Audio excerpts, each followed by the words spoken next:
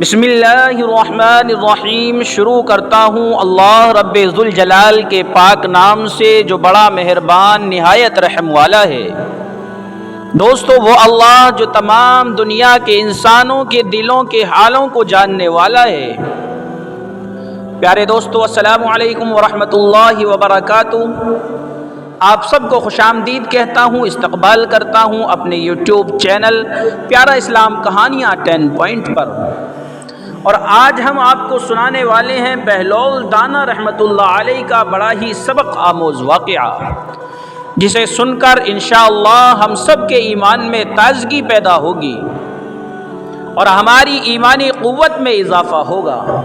تو آئیے شروع کرتے ہیں اس واقعے کو، مگر اس سے پہلے آپ سے گزارش ہے کہ اگر ابھی تک آپ نے ہمارا چینل سبسکرائب نہیں کیا ہے تو ہمارے چینل کو سبسکرائب کریں اور بیل آئیکن کے بٹن کو دبا کر آل پر ضرور سلیکٹ کریں تاکہ ہمارا آنے والا ہر واقعہ سب سے پہلے میرے دوستوں تک پہنچ جائے اور ہم سب کے ایمان میں ترقی ہو۔ کہتے ہیں کہ ایک بار ایک بزرگ درویش سفر کے ارادے سے بغداد روانہ ہوئے۔ اس درویش کے کچھ مرید بھی ساتھ تھے۔ درویش نے مریدوں سے پوچھا، تم لوگوں کو بہلول کا حال معلوم ہے؟ لوگوں نے کہا، حضرت وہ تو ایک دیوانہ ہے، آپ اس سے مل کر کیا کریں گے؟ درویش نے جواب دیا، ذرا بہلول کو تلاش کرو، مجھے ان سے کام ہے۔ مریدوں نے درویش کے حکم کو اپنے لیے سعادت سمجھا اور مریدوں نے بہلول کو تلاش کرنا شروع کر دیا۔ کچھ وقت کے بعد انہوں نے بہلول کو ایک صحرا میں ڈھونڈ لیا اور درویش کو اپنے ساتھ لے کر وہاں پر پہنچے۔ درویش بہلول کے سامنے گئے تو دیکھا کہ بہلول سر کے نیچے ایک اینٹ رکھ کر آرام کر رہے ہیں۔ درویش نے سلام کیا تو بہلول نے جواب دے کر پوچھا کہ تم کون ہو؟ درویش نے فرمایا، میں فلاں بن فلاں ہوں۔ بہلول دانا رحمۃ اللہ علیہ نے کہا، اچھا تو تم ہی ہو وہ درویش جو لوگوں کو بزرگوں کی باتیں سکھلاتے ہو؟ درویش نے کہا، جی ہاں، کوشش تو کرتا ہوں۔ پھر بہلول دانا رحمۃ اللہ علیہ نے کہا، اچھا تو آپ کو اپنے کھانے کا طریقہ تو معلوم ہی ہوگا؟ درویش نے کہا، جی ہاں، بسم اللہ پڑھتا ہوں اور اپنے سامنے کی چیز کھاتا ہوں، چھوٹا نوالا بناتا ہوں اور آہستہ آہستہ چباتا ہوں، دوسروں کے نوالوں پر نظر نہیں ڈالتا اور کھانا کھاتے وقت اللہ کی یاد سے کبھی غافل نہیں ہوتا۔ درویش نے پھر دوبارہ کہا، جو لقمہ کھاتا ہوں الحمدللہ کہتا ہوں، کھانا شروع کرنے سے پہلے ہاتھ دھوتا ہوں اور کھانا کھانے کے بعد بھی ہاتھ دھوتا ہوں۔ یہ سن کر بہلول دانا رحمۃ اللہ علیہ اٹھ کھڑے ہوئے اور اپنا دامن درویش کی طرف کو جھٹک دیا۔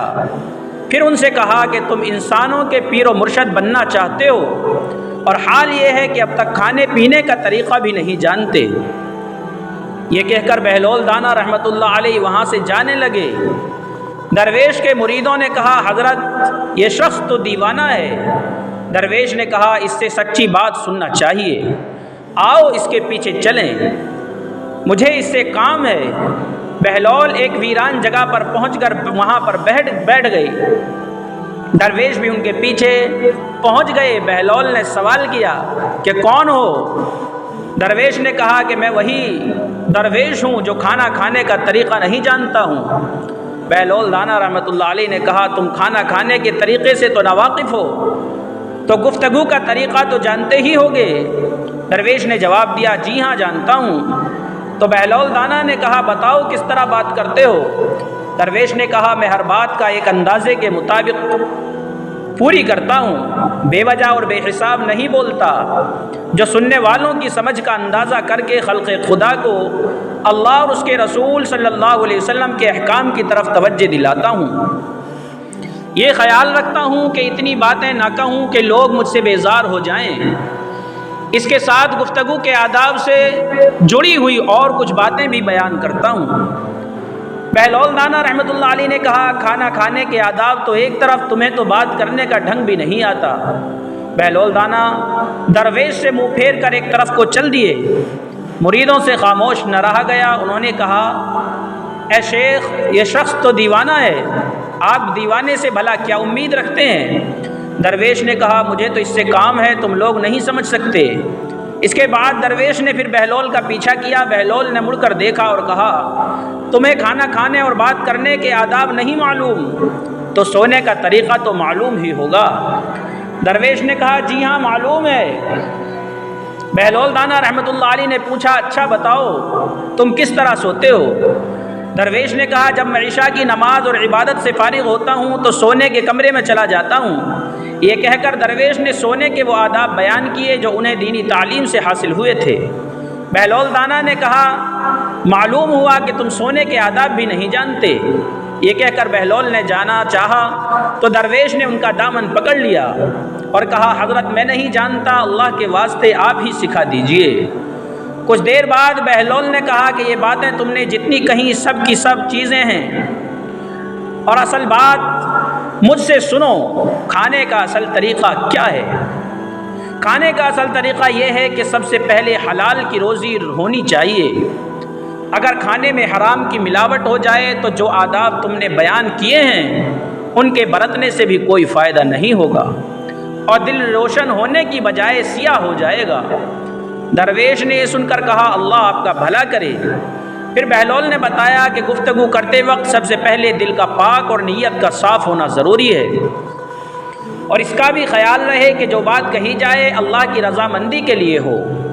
اگر کوئی غرض یا دنیاوی مطلب کا لگاؤ یا بات فضول قسم کی ہوگی تو بات کتنی بھی اچھی الفاظ میں کیوں نہ کہی جائے تمہارے لیے وبال بن جائے گی۔